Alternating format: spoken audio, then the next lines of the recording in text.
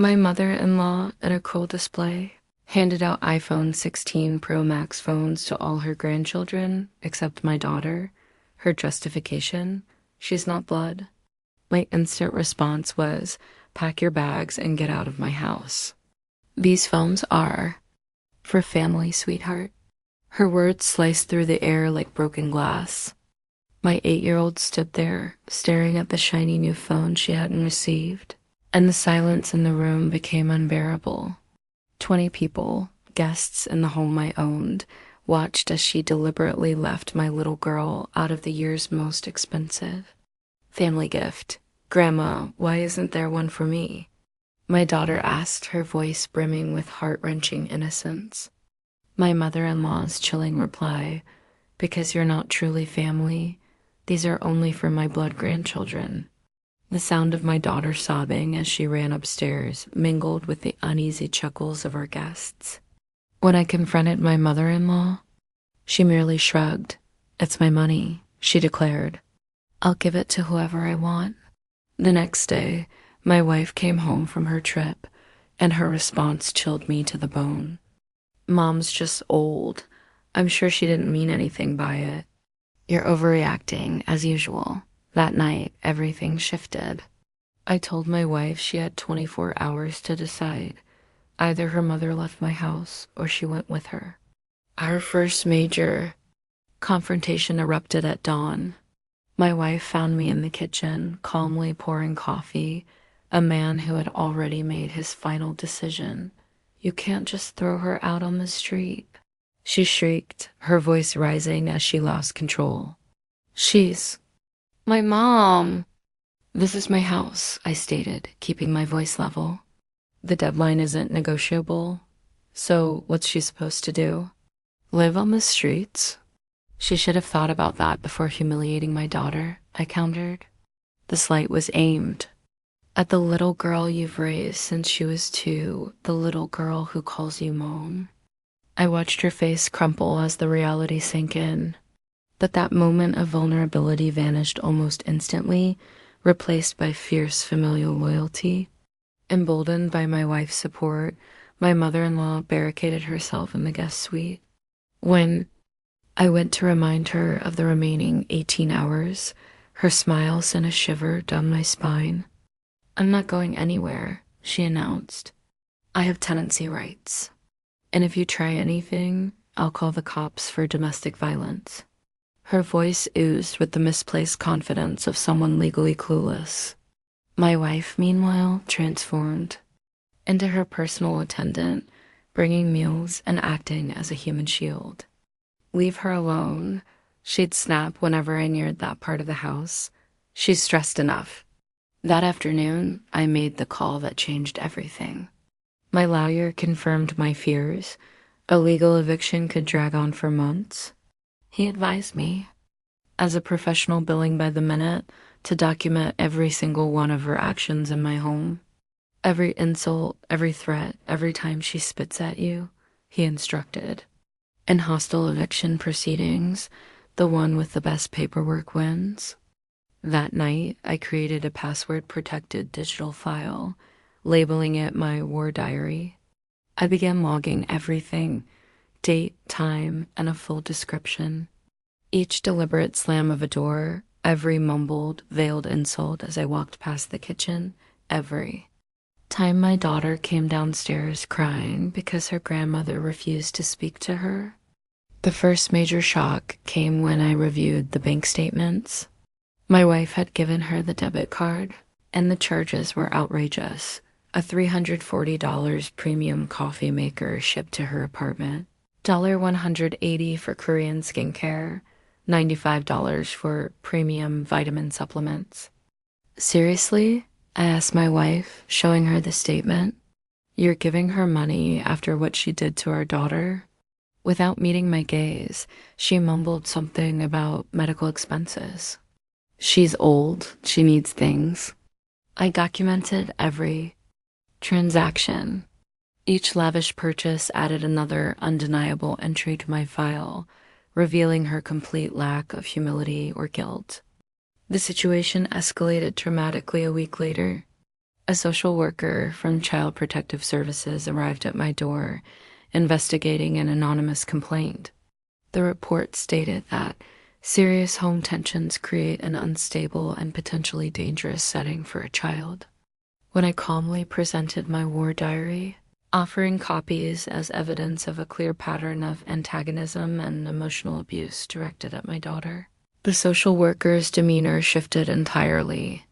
Before leaving, she noted that the person who filed the report had provided very specific information about your residence details only someone living here would know.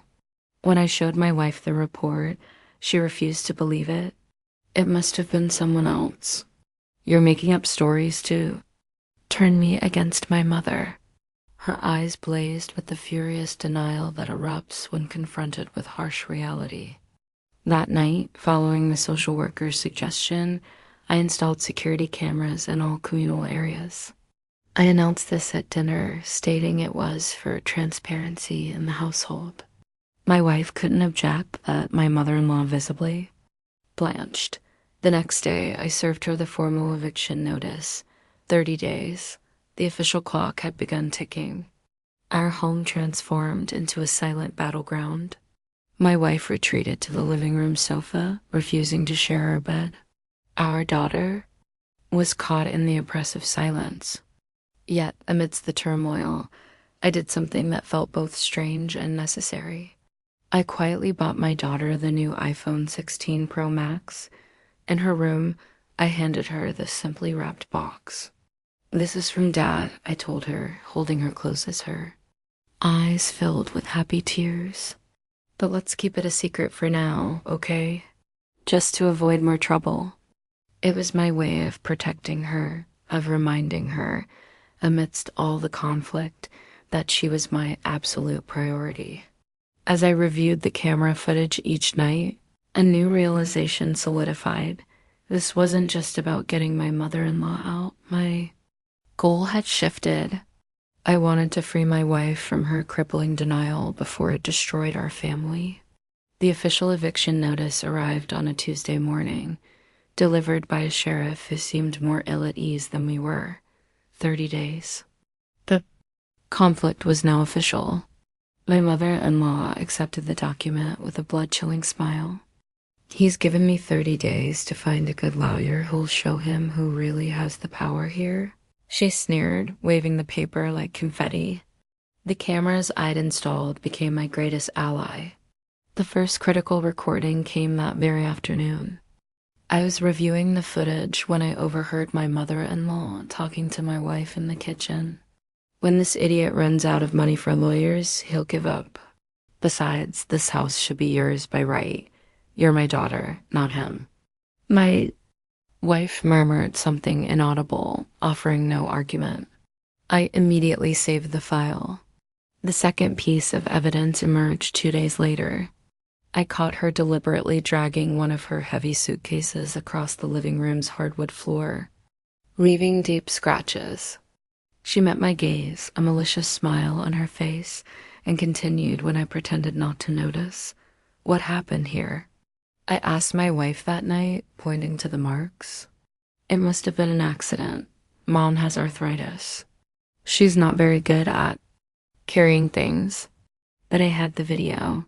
Every intentional action, every spiteful smile. The third recording changed everything. The hallway camera caught her sneaking into my office when she thought no one was around. I watched her rummage through my desk, unlock drawers, and then casually pocket a pair of silver cufflinks that belonged to my father. When I told my wife the cufflinks were missing, her response showed just how lost she was. "I'm sure she just put them somewhere safe so they don't get lost with all the lawyers and papers." My wife had crossed a line.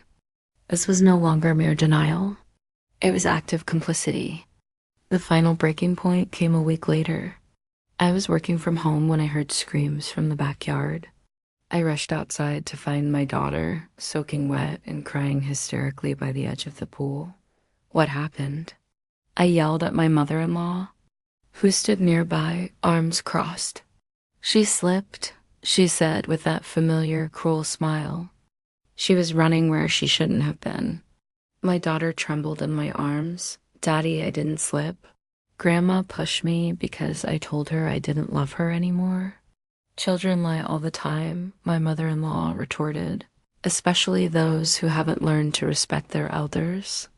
That night, as I gently dried my daughter's hair, I made a life-altering decision. The charade had to end. My mother-in-law was out for a walk, likely bad-mouthing me to a neighbor. I seized the moment to tell my wife I wanted a truce night, a chance to talk things through like adults. I ordered her favorite Thai food, lit candles on the dining room table, creating an atmosphere of false hope. We had the house to ourselves. My wife sat across from me, her expression hesitant, as if expecting an apology or a surrender. Her hands were clasped, a mix of fear and hope in her posture. I said nothing at first, simply turning on the dining room TV and connecting my laptop. What is this? She asked. I want to show you something, I replied, with the quiet confidence of someone holding all the cards. The first video began to play. Her mother, telling her the house was hers by right and calling me an idiot who would give up. I watched. My wife's face tightened. This must be out of context, she mumbled, but her voice lacked conviction. Wait, there's more. The second video showed the deliberate floor sabotage, every calculated movement, every defiant stare at the camera. My wife began shaking her head, but her eyes were glued to the screen. The third video was the crushing blow, the undeniable theft of my father's cufflinks. I saw her open my desk, specifically search for the items, and hide them in her purse. My wife fell silent, her mouth agape. And this, I said, playing the legally obtained audio from my lawyer, is the call to Child Protective Services. My mother-in-law's voice was unmistakable. Yes, I want to report a dangerous situation for a minor. The stepfather is creating a hostile and violent environment, and the child is at risk. My wife's house of cards, built on denial, crumbled in an instant. I watched her face cycle through every emotion: shock, comprehension, pain, then fury. She burst into tears, but these weren't tears for her mother or the situation. She was crying for her own blindness, for the pain she had allowed to be inflicted on the child she had raised as her own, for the betrayal she had unwittingly enabled. "Oh my God," she whispered, "how could I have been so blind? How could I let her do this to our daughter?" Just then, the front door clicked shut. My mother-in-law was back from her walk, no doubt pleased with herself for poisoning another neighbor's opinion of me. My wife quickly wiped her tears, rising from the table with a newfound resolve I hadn't seen in years. Her footsteps echoed like hammer blows as she strode toward the guest suite. I followed discreetly, staying in the hallway. This was her battle, and she had to fight it alone. She opened the door without knocking. My mother-in-law was busy arranging the day's purchases, more lavish items, bought with my wife's money that she didn't need. My wife's voice was hard, steely, a tone I'd never heard her use. "Pack your belongings. You're leaving now." My mother-in-law turned, her condescending smile, perfected over decades, firmly in place. "Excuse me? I'm not going anywhere. This is as much my home as yours." "I watched the videos, Mom," my wife stated. "I saw everything." Her mother's smile vanished instantly. "I saw you stealing. I saw you intentionally damage the house. I heard you call social services to harm an innocent child." My wife's voice trembled, not with fear, but with controlled fury. "And I saw you shove my daughter into the water. You have no proof of any of that." My mother-in-law protested, her arrogance evaporating. My wife pulled out her phone and played one of the videos. "Isn't this proof?" For the first time I could remember, my mother-in-law's eyes filled with terror, the fear of someone finally realizing their actions have consequences. "You have 2 hours," my wife declared. "Call whoever you need to." Find a place to stay. But after 9 o'clock tonight, I don't want to see you in this house. You can't do this to me. I'm your mother. A mother doesn't abuse her daughter's children, steal, or lie, my wife retorted, stepping closer. You haven't been my mother for a long time. You've been a parasite. My mother-in-law tried one last desperate maneuver. He's brainwashing you. He recorded those videos to manipulate you. No, my wife replied with chilling composure. He installed those cameras to protect our family from you. I stood in the hallway, witnessing the incredible power shift, and I didn't intervene. There was no need. My wife had found her voice, her backbone, her absolute limit. And for the first time in months, I saw a glimmer of hope for our marriage. The war was nearing its end, but the most crucial victory had already been won. My wife had opened her eyes. The next day, I witnessed something I never thought I'd see. My wife, with a glacial calm I didn't know she possessed, helping her mother pack. There were no screams, no pleas, just a heavy silence that seemed to suffocate the room. My mother-in-law made one last desperate attempt at manipulation, collapsing to the floor and sobbing with a performance she'd perfected over decades. He's turned you against me, she wailed, clinging to the hem of my wife's jeans like a child. I'm your mother. You can't do this to me. My wife paused, looking down at her. The chilling calmness in her voice sent shivers down my spine. No, you did this. You hurt my daughter. You shoved a child into the pool and stole from my own home. She knelt to her mother's level. It's over. For the first time, I saw genuine terror in my mother-in-law's eyes. The woman who had controlled my wife for decades realized in an instant that she had lost all power. You have no right, she cried, scrambling up with an urgency I'd never seen. This house should be mine. I'm blood family. Family? My wife stood, and for the first time, I saw the powerful woman who had hidden for years behind the obedient daughter. A family doesn't push children. A family doesn't steal. A family doesn't call social services to her innocent people. My mother-in-law played her final card. You're going to regret this. You're nothing without me. I raised you. I gave you everything. You conditioned me, my wife responded, her voice breaking not from weakness, but from liberation. You manipulated me. You taught me to prioritize your comfort over the well-being of my own daughter. Not anymore. 2 hours later, her sister arrived to pick her up. The tension in the air was palpable as my sister-in-law walked in and spotted the packed bags. What really happened? She asked directly. I didn't have to answer. My wife handed her phone to her, playing one of the videos. I watched my sister-in-law's face shift from shock to disgust as she saw her mother taking items from my desk. Oh my God, Mom, what else have you done? My mother-in-law tried one last plea. They're fake videos. He manipulated them. But my sister-in-law had seen enough. Get your things. Let's go. My mother-in-law turned to me with a look of pure hatred. This isn't over. I'm going to destroy you.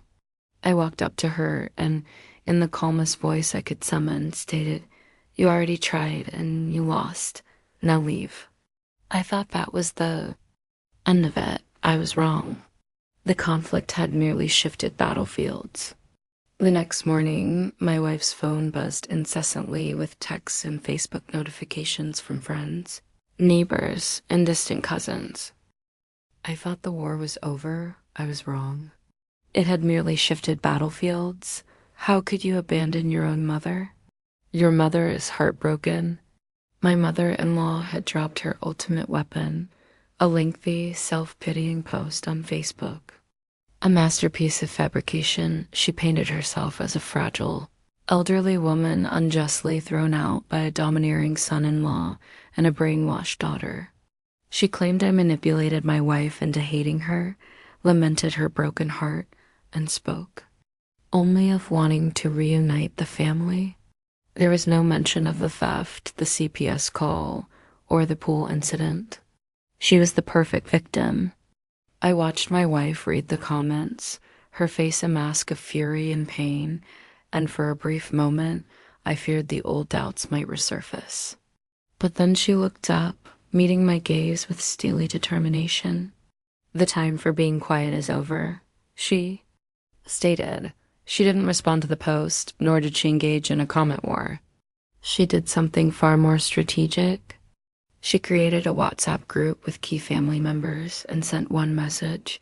I know many of you have seen my mother's post. Before anything else, I ask you to watch this. The facts speak for themselves. She attached the videos of the theft and sabotage, along with the audio of the call to social services. Then, with unnerving calm, she posted a single public comment under her mother's post. Mom, it breaks my heart that you've chosen to make this public with a version so far from reality. The decision we made was the hardest of my life, and it was to protect my daughter. I'm not going to engage in a war here. Our close family already knows the whole truth. It was checkmate. My mother-in-law's post was exposed as a lie. Within hours, the tone of the communications shifted. The friends who had initially attacked my wife wrote to apologize. A family, now armed with irrefutable evidence, sided with us. Shortly after, we saw that my mother-in-law had deleted her post, unable to bear the humiliation. Her last weapon had backfired spectacularly. She was now completely isolated. That night, my wife performed an act that truly signaled the start of healing. She pulled an old velvet box from the closet, revealing a collection of rings, bracelets, and a pearl necklace. "What's this?" I asked. "It's the jewelry my mother gave me," she replied, her voice steady. "Every piece came with a condition, a favor with a string attached.